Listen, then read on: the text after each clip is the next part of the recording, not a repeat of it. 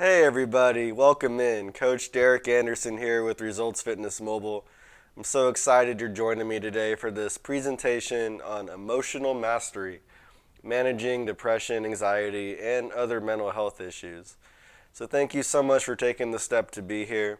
This is a topic that I'm really passionate about, so let's go ahead and dive in. One quick note real quick is the public chat is turned off because I know this can be a kind of deeper topic, but the private chat is open, so feel free to message me in the chat or it'll go straight to our email at team@resultsfitnessmobile.com where we can follow up if you have any questions you want answered there.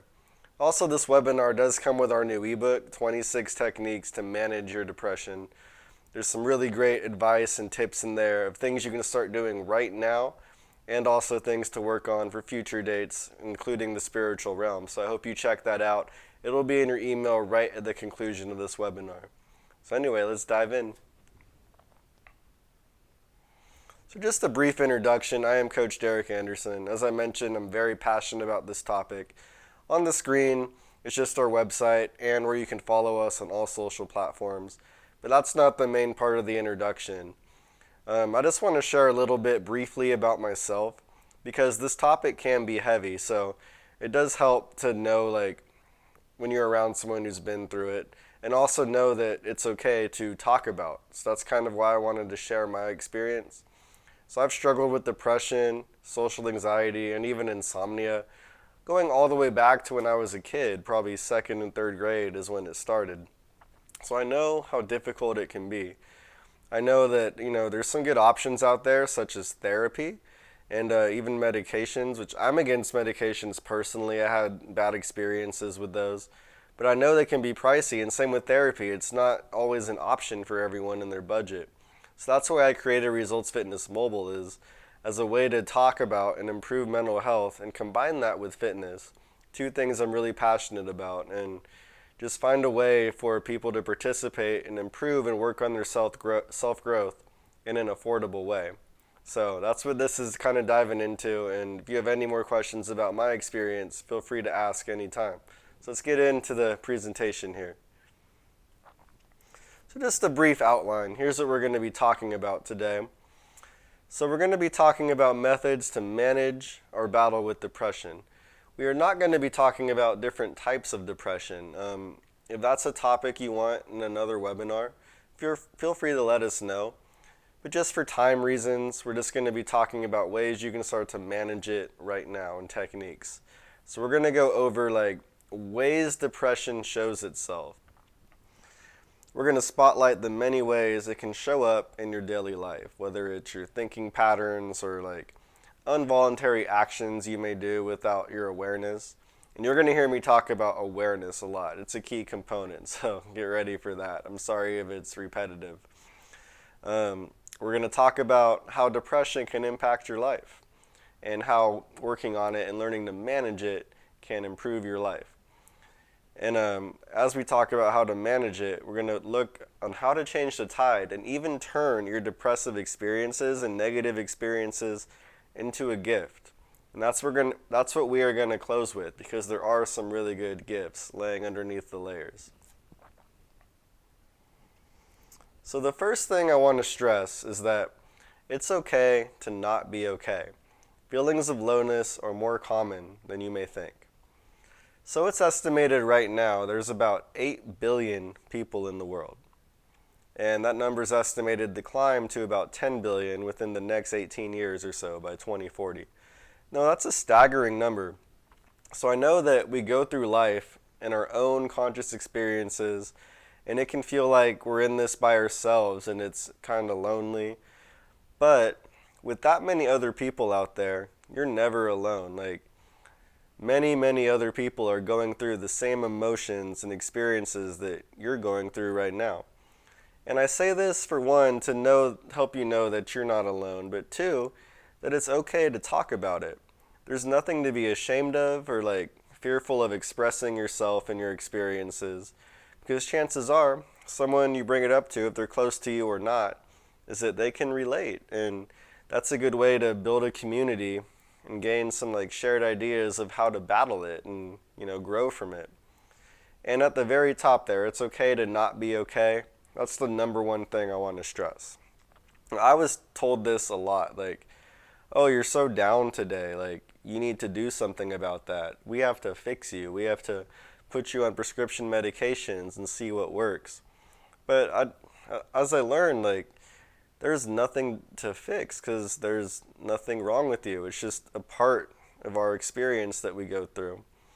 So I don't think there's anything to fix and there's nothing to look down on yourself for.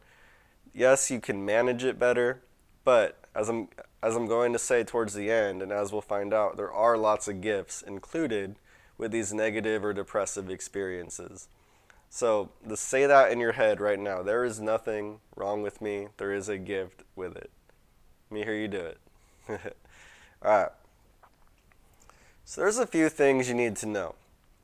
Like I said in the last slide, nothing is wrong with you. Let's just embrace that right now. And embracing that will limit the chronic issues that we have of the chronic reoccurring thoughts and experiences. Second, depression is energy. Everything in this earth is energy, right? It's a wavelength of light, a vibration of something that you touch, and it goes into our brain where we interpret it. The same is true for our thoughts and our emotions and our experiences. It's just a vibrational wave of energy that comes into our brain, and we try to make sense of it. So because it's energy, that energy can always be tweaked into something that vibrates higher or is more beneficial for you. So we'll dive into that more.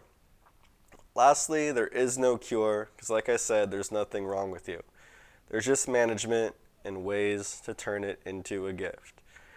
And this is important because when you start to embrace that, I might be more on the introverted side, or these experiences just might be part of my journey.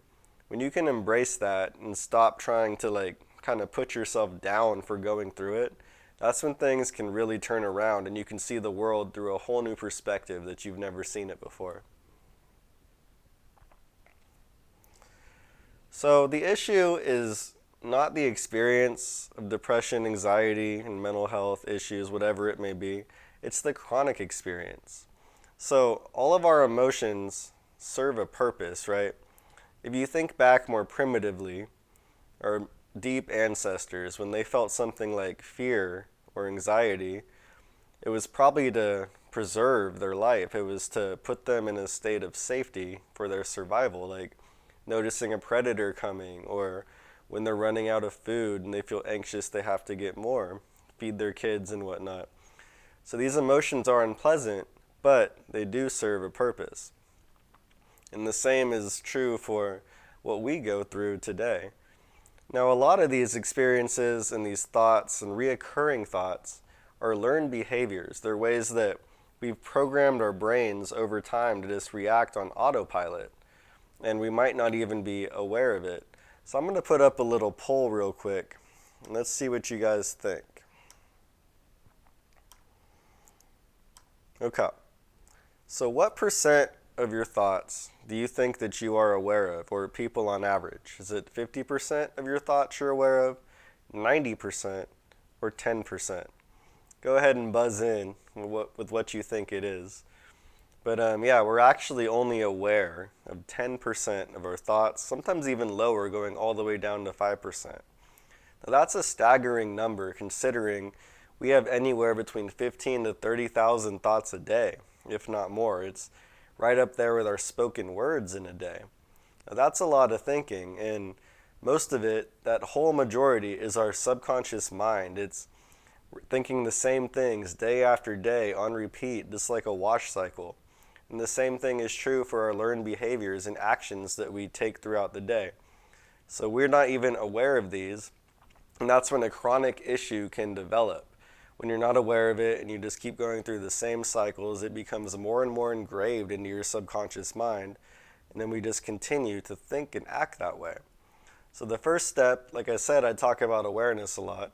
It's awareness. It's becoming more aware of those thoughts in your mind that may not be serving you, noticing them, and then calling yourself out on them and removing them from your pre-wired programming. So embrace these emotions, as I said, is they're trying to help you. They're not trying to harm you. if you feel, anxious or sadness or like you're a failure or worthless or any of these things, it's nothing to get down on yourself about. It's there for a reason. Just step back, remove yourself from it, and try to examine why it might be there. And then figure out, this isn't serving me, so what can I do to replace this thought? Now, any thought we have, it's just ourselves and our brains trying to make sense of that energy. It's just a wavelength. So everything that we experience is subjective. Like you might, or I know you enjoy something that someone else doesn't, and vice versa. And it's just how we interpret it. And I have a couple of fun examples right here.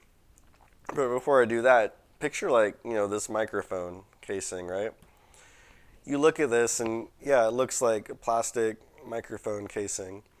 But when you get closer on it, you just start to, like, if we could go all the way down to the atomic level, and you just see these tiny little subatomic particles vibrating, and it kind of makes no sense. It's just electrons and all that, and it's like, what is this thing? And as you zoom out, that's when your brain takes all that information and turns it into something of relevance. And the same thing is true for our thoughts. It's just we put all these chemical reactions and wavelengths together and try to make sense of it. So let's get into these examples. So this was a popular one from probably 8 or 10 years ago. Now, is this dress on your screen, is it white and gold or is it black and blue? Now, the first time I saw it as white and gold. And it actually is a black and blue dress. But if you remember, there was an uproar about this. There was so much argument online, like, of what color it really was. But if you start at the top right, like I did, right, where the light is brighter, and you see what almost looks like a white highlight, and then, yeah, that just makes sense that it would go with that lighter gold.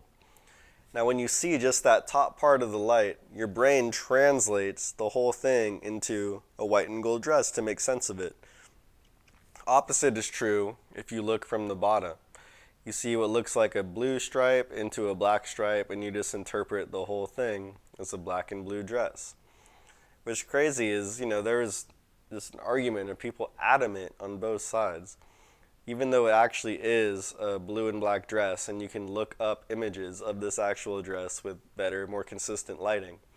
But what's crazy, though, is if you can see it as both, like I can now, you can literally toggle it back and forth in your mind of what color you want it to be. You have that power to manipulate reality and kind of change it to what you want to be, and it's kind of a cool experience. So the same thing is good with your thoughts. Like if you feel a sense of failure or worthlessness, you may feel that, but you take a step back, you can manipulate that into something more positive for you. Like for me, when I always felt like a shortcoming or worthless, I would just take a step back and what is this trying to tell me right now? Okay, I gotta work on my thought processes. I just have to work harder. I have to find the joy in what I'm trying to pursue. So that's what it told me, and you can manipulate any of your thoughts into something beneficial for you. And like I said, if you want to share them with me, I can help you work through this process to kind of change your thinking. Here's another fun example. This is another famous one. I'm not sure when it came out, but do you see a younger woman kind of wearing a fur coat, turning her head over off to her right shoulder? Or do you see a more elderly woman, kind of looking like that chick from Snow White with the apple as a witch, kind of looking down? Now, what's cool about this one is, well, I can see both again. You probably can too. But unlike the dress, there's no right or wrong here. It's just a bunch of random lines and shadings and patterns that your brain wants to interpret in one way or the other, or both. So it's just another example about the sensory information coming at you and your mind trying to make sense of it. Okay, so let's dive in a little more to how depression is energy. So every time you partake in a thought, an action, a reaction, a verbal statement, you are giving away energy and bringing back the same energy to you. When we talk about everything being a wavelength, everything is vibrating. Like going back to the microphone stand, all the billions of atoms in here are vibrating in just a certain way that make it appear as what it is and make it so your hands can't pass through it and everything. So every thought you have is similar. Every action you do is similar as it's vibrating in a certain frequency. Lower vibrations are more negative, higher vibrations are more blissful and more spiritual. So if you're feeling down on yourself or depressed or sad, whatever you may be feeling, it's a lower vibrational frequency. So what we have to do is gradually raise your vibration, because what happens is like attracts like. So when you're vibrating low, if you feel like sad or depressed or anxious, you're going to attract those experiences right back to you. These experiences can show up not in the same way you gave it out. Like if you have a negative thought, you project it outwards, either verbally or in your mind. It might not come back in another kind of thought or communication type of way. It might come back in an experience. It might come back in an outcome. There's different ways that it can show itself. So if you're having these negative thoughts subconsciously and then things keep coming back to you and you're like, man, what did I do to get this? You might not fully be aware of where you're vibrating in your thoughts. So again, that's why awareness is key.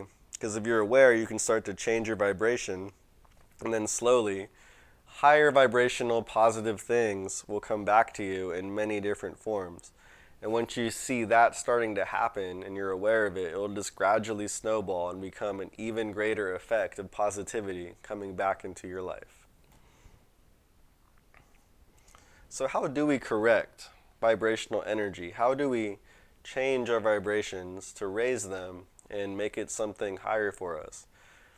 First, let me say, like, this is a really hard thing for me, and I still struggle with this. And even gurus like the Dalai Lama still struggle with this, because we're all human. It's okay, it's going to happen. Everyone's going to have negative thoughts from time to time. Everyone's going to have negative actions or have doubts and fears. It's okay, it's part of the human experience. It's that chronicness that's the real issue. And that's what we're trying to eliminate. So like I said, awareness, that 90% of thoughts that we're unaware of, we have to become more connected and aware of them. So what I do and what helped me a lot and what I suggest to my clients and people who work with us is that every time you notice one of these thoughts or actions pass through your mind, call yourself out on it. If you say something like, the most frequent one for me is, I'm a failure or I'm worthless. If I notice myself thinking that, right in that moment we go, this isn't what we do. This is not me. And then I verbally, out loud or in my head, replace that thought with 5 new thoughts that serve me better or are the exact opposite. So instead of, I'm worthless, no, we don't do that. I am worthy. I am deserving. I am grateful. And you always use those words, I am, because then you are connecting yourself to that emotion or thought that you're replacing it with. I am powerful. I am strong. I am powerful beyond measure. Whatever you can think of, replace it with 5 thoughts. Just right on the spot, start to rewire your thinking patterns and your learned behaviors. When you do notice negative energy, because like I said, it's going to happen, don't beat yourself up about it. Understand that it's a part of the human experience. It's going to happen from time to time. There's nothing we can do about it. But where the trouble happens is when we hold on to that so tight and get down on yourself about it. Like, I do this too sometimes. Like, oh, we're thinking about it again. I'm definitely not going to achieve my goals now. Just beat yourself up about it. There's no point in doing that. It's counterproductive. So instead of that, when you notice that negative thought creep in, just forgive yourself. Just say, no, I don't identify with this. This isn't me. And then just let it go. Release it into the universe. If you start to beat yourself up, it's a really easy way to vibrate more negatively and kind of pull yourself back down to those sadder, depressed tears. So always love yourself, be kind to yourself, and you will experience a tremendous amount of self-growth. Try meditation, and also mental rehearsal is the next tip. This increases your awareness, your self-growth, and your self-love. So they're both a little different. Meditation is where you're just trying to really be in the moment. You sit in a comfortable position, mostly focus on your breathing, and you try to make your mind just become as still as possible, stay focused into that current moment. When you're doing this, you're really observant of yourself. You can not only feel your physical body where you have discomfort, but you become more aware of those thoughts that are coming in. And with meditation, when a thought comes in, you just notice it and then you let it go and try to go back to the silence. We're not trying to dive deep into those thoughts during meditation. Now, real quick on your screen, I'm going to drop a link to our program called Divine Energy. So this is a 7-week yoga and guided meditation program. So if you've never meditated before, it's a great place to start because I walk you through it. They're about 10 minutes long, which is a good length to start because it can be overwhelming when you go into the 30, 40-minute meditative practices. And it also combines yoga with each week, so you become really aware of your body and mind simultaneously at the same time. It also comes with journal prompts, and tons of self-affirmations that you can tell yourself on the daily to change those thinking patterns. So if you want to check that out, let's go ahead and hit that link, and it'll be in your follow-up emails after this webinar as well. And also mental rehearsal. So this is kind of like meditation. You put yourself in a meditative state where you're relaxed and breathing deep and calm. But here, instead of ignoring your thoughts, now you're purposely inviting them in, using your imagination to create the reality that you want to experience in your mind. So for example, I use this a lot in sports when I played basketball. I'd want to play well. So I'd close my eyes and mentally rehearse with as much detail as possible. Like, what does the ball feel like in my hand? What is the crowd noise like? What's the defender doing? How does the ball feel when I release it for a shot? Just making as much sensory information as possible in the experience, so that way when you get into those situations, it feels like you've been there before. It feels more familiar. There's not much different from the actual experience and a vivid imagination. And your imagination actually gets better when you practice mental rehearsal. But on both sides, reality and the visualization, you're releasing those chemicals into your brain of what it would actually feel like if it were to happen. So it helps you become familiar with the scenario and helps you know what to look out for and if you're on the right path to feeling the way that you want to. So I definitely recommend that. Also in our other subscription service, Total Health, which I'll put up right now, we have guided meditations and mental rehearsal programs on here as well. This one we're actually giving a free week away right now, so check that out if you want. It'll be in your follow-up email as well. And lastly, the most important one and the hardest one to do is letting go. If you are holding on to things too tight, or when you say things in your mind like, man, I really want this to happen, or I really want to feel better, you're subconsciously putting yourself in a state of lack. What we need to realize is everything we want to feel or experience is already ours. It's on its way. And we have to feel confident in that. Because otherwise, when we say things like, I want this to happen, or I want to feel this way, you're pushing it further away, like it's not already there, like it's never going to happen. And it just comes it comes to you in an even harder fashion, or even a slower fashion. So we have to learn to let go of these thoughts and experiences in order to draw them closer to us. And I know it seems counterintuitive. I know it seems hard. I struggle with it every every day, basically.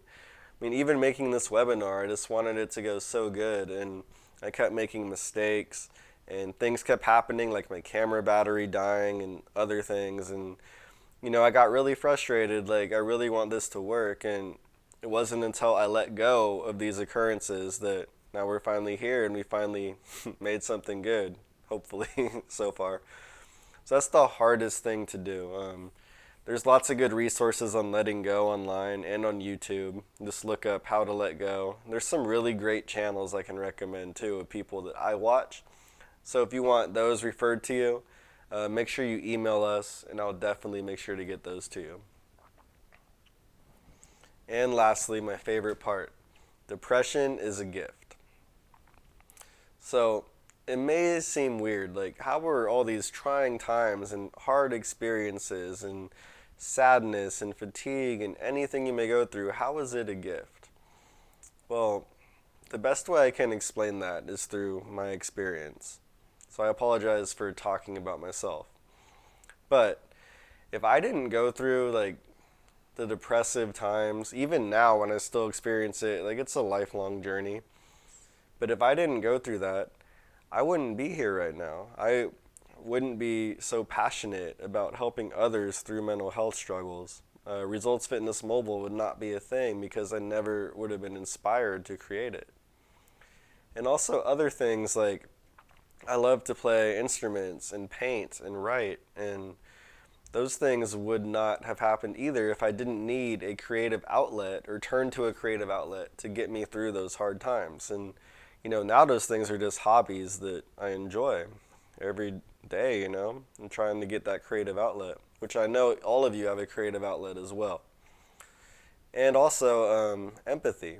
If I never went through these hard times, I wouldn't have as much empathy for others or connect as well as I can. So those are the gifts for me. I encourage you all to sit down today and just think or write down like some of your experiences and how that might be a gift for you. How has it shaped something positive into your life? Even if you can't see it right now, trust me, it's there. So I really encourage you to write those down and check it out deeper. There is no cure, but there doesn't need to be because you have these gifts and nothing is wrong with you like we stated before. All emotions are a duality. So you can't be happy all the time because there's no happiness without sadness, right? There's no pleasure without pain. There's a duality to all of them. If you were happy all the time, it probably wouldn't even feel the same. The reason why we feel so great sometimes, or think of a time where you've been just elated or ecstatic or on a cloud nine or in a huge amount of bliss. What caused that was probably experiencing the other side or going through something difficult. So we can have these amazing high times, but they're not possible without the other end of the spectrum. So, emotions, they all serve their purpose in this way. And I encourage you to remember that too. So guys, that's going to wrap it up. Thanks so much for joining me. I hope this was helpful for you. If you have any questions, if you type it in the private chat, it'll go straight to our email, team@resultsfitnessmobile.com. Or you can copy that, click that link on the screen and use it directly. Also, directly after this webinar, in about an hour after you close it, you'll get an email with the ebook of 26 ways to manage depression. And I hope you like that as well. I worked really hard on that when I had COVID the other week or so. And yeah, it's 26 unique methods you can start doing today to just help you through those hard times. So anyway, thanks so much for joining. I'm so glad you were here, and we are here to help you the best we can. So never be afraid to talk about it. Reach out to us anytime, and I hope you do. And until next time, namaste.